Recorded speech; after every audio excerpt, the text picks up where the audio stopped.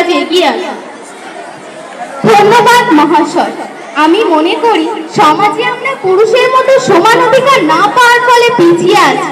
ভগিনীরা বলো আমরা আসবাব নই। শিক্ষা লাভ করা প্রত্যেক নর-নারীর অবশ্য কর্তব্য, কিন্তু আমাদের সমাজ সর্বদা তাহা অমান্য করেছে।